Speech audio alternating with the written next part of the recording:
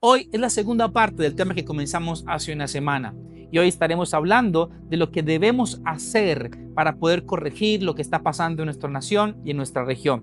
Quédate. La semana pasada hablamos del problema de una nación que ha sido corrupta o que ha caído en corrupción. Hablamos de lo que Dios hizo, lo que Dios habló al profeta Isaías y al profeta Ezequiel. Pero quedarnos ahí no es suficiente, tenemos que dar una solución o qué es lo que Dios demanda o quiere de nosotros para que esto comience a cambiar. Estamos convencidos que desde la iglesia es que va a haber un cambio. Durante muchos siglos se ha demostrado de que ha sido la palabra de Dios, la constitución de las naciones, y que con base en esa constitución se han creado las leyes morales y éticas que han regido las naciones del mundo. De hecho, aún las normas de salubridad han salido de lo que la Torá menciona en sus 5 libros. Dicho esto, sabemos que es desde la iglesia que va a ocurrir una transformación cultural, nacional y regional. A causa de eso, hoy vengo a hablarte un poco acerca de lo que debemos empezar a hacer para corregir lo que dijimos la semana pasada acerca de una nación que ha caído en corrupción. Lo primero aparece en 2 de Crónicas 7, un versículo muy conocido por usted y por mí, pero que es fundamental para comenzar a lograr un cambio desde nuestra iglesia, desde nuestra comunidad, desde su casa, desde su trabajo. Y es muy sencillo, dice: si se humillare mi pueblo, sobre el cual mi nombre es invocado, si oraren, si buscaren mi rostro y se convirtieren de sus malos caminos, entonces yo oiré desde los cielos y perdonaré sus pecados y sanaré su tierra. Cuando hablamos de una nación, pensamos en hacer algo por la nación, cuando no nos damos cuenta de que hacer algo por la nación significa primero hacer algo primero desde nuestra casa por nosotros. Comenzando desde lo más sencillo, más pequeño, como cuando Jesús nos mostró que a través de unos pocos panes y unos pocos peces pudo alimentar a 5,000 y luego a 4,000. Es un ejemplo tácito de que desde lo poco que tenemos en nuestra mano, en nuestro alcance, es lo que Dios nos ha dado para hacer un cambio, y debemos comenzar por nosotros mismos, por humillarnos, como dice este versículo, por invocar el nombre del Señor y por pedir perdón por lo que nosotros hayamos cometido, aun por la indiferencia en la que hemos caído con lo que tiene que ver o lo que sucede en nuestro país y en nuestro mundo. Lo segundo tiene que ver con un capítulo muy particular, que es Isaías 58. Donde Dios nos habla exactamente de algunas cosas que le están molestando y de que estamos o hemos tergiversado lo que significa para él el sacrificio y el ayuno. Este capítulo es fundamental para comprender lo que hoy tenemos que hacer.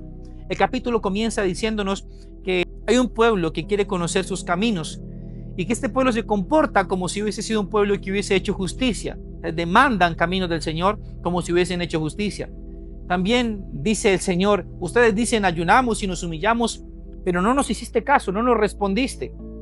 En el versículo 4, el Señor le sigue hablando y le dice: ustedes solamente ayunan para seguir haciendo lo malo. Si quieren que el cielo los atienda, no ayunen así. Este no es el ayuno que yo he escogido. Y sigue confrontándoles, diciéndoles: ¿creen ustedes que ese es el ayuno que yo escogí? Desconectados totalmente de las necesidades de los demás. Hoy voy a redefinir el ayuno para que tú puedas entender lo que significa ayunar. Eso es lo que el Señor les está diciendo. Así que comienza el Señor a hablarles y le dice en el versículo 6: no es esta la clase de ayuno que yo quiero. Comienza a decirles qué es lo que quiere. Pongan en libertad a los que están encarcelados injustamente. Aquí está hablando a todas las esferas de una nación. Eso no es solamente un mensaje personal para nosotros, está hablando a todas las esferas, a los jueces, altas cortes, la rama judicial, ejecutiva. Pongan en libertad a los que están injustamente encerrados. Dice: alivien la carga de los que trabajan para ustedes. Aquí les habla a empresarios, a empleadores, a los que injustamente están tratando a sus empleados o no están pagando lo que deben pagar. Dejen en libertad, dice, dejen en libertad a los oprimidos y suelten las cargas que atan a la gente. Aquí está hablando de la falta de perdón, de cómo hay tanta rivalidad hoy en la sociedad, que esa falta de perdón ha hecho que mantengamos encadenados, secuestrados, por decir así, la conciencia del alma de algunas personas. No soltamos la ofensa, no la dejamos pasar, como dice Pablo. No permitimos que esa ofensa pase de largo, sino que la guardamos y la mantenemos, y así hacemos cautivos a las personas que nos han ofendido. Les dice también: compartan su comida con los hambrientos, den refugio a los que no tienen hogar, denle ropa a quienes la necesitan y no se escondan de parientes que precisan su ayuda. Está hablando de la obra social, de que hay gente necesitada. Jesús lo dijo: los pobres siempre van a estar con ustedes, siempre habrá que hacer obras de caridad, siempre habrá que ayudar a los demás, siempre habrá que demostrar el amor al prójimo de esta manera, siempre habrá que hacerlo. Pero comiencen también por los de su casa. No se escondan de sus familiares. Queremos arreglar un país, queremos arreglar una ciudad, pero no empezamos por solucionar los conflictos que tenemos internos con nuestros padres, nuestros hijos, hermanos, etc. Así que una nación comienza a ser transformada, sanada, limpiada, comenzando por la institución más importante de una nación, que es la familia. Por eso es claro cuando dice, no se escondan de sus parientes cuando requieren ayuda. No es de testimonio hacer eso. El versículo sigue. Es un capítulo largo y cada cosa que menciona es sumamente importante. En el versículo 9, por ejemplo, dice, entonces cuando ustedes llamen, después de hacer esto, el Señor les responderá. Ese ayuno que está enfocado no solamente en resistirse a comer un alimento, sino también en la ayuda a los demás, en pensar en los demás, es el ayuno que Dios quiere para que las oraciones que levantamos sean escuchadas. Claramente lo dice. Dejen de señalar con el dedo y esparcir rumores maliciosos. Alimenten a los hambrientos, ayuden a los que están en apuros. Entonces su luz resplandecerá desde la oscuridad, y la oscuridad que los rodea será tan radiante como el mediodía. Es maravilloso esto. Dice, el Señor los guiará continuamente. ¿Cuántos quieren eso? Les dará agua cuando tengan sed, restaurará sus fuerzas.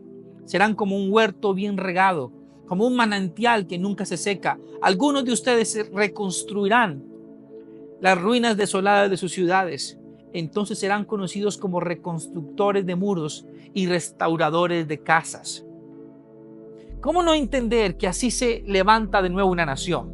¿Cómo no comprender que lo único que buscaba el Señor con Israel era que se apartara de su pecado, comprendiendo que se había olvidado del amor por su propia tierra, del amor por su propia gente, del amor por sus bases y principios más fundamentales? Se había olvidado de la Torá, por ende se había olvidado de su Dios. Ya no hacían lo que Dios les mandaba hacer, sino lo que ellos pensaban que era correcto.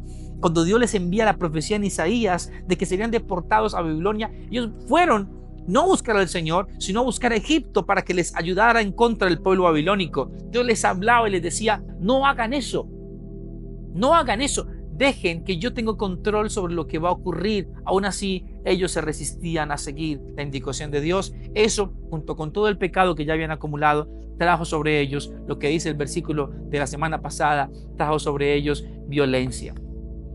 Así bien, me quiero quedar con el último versículo, el versículo 12. Ese versículo que nos marca un legado, que nos marca un propósito, una instrucción puntual. Dijimos desde un comienzo que la iglesia ha sido llamada para anunciarle a los principados y a las potestades en todas las esferas de la sociedad lo que es la obra de Cristo, lo que la obra de Cristo ha venido a hacer.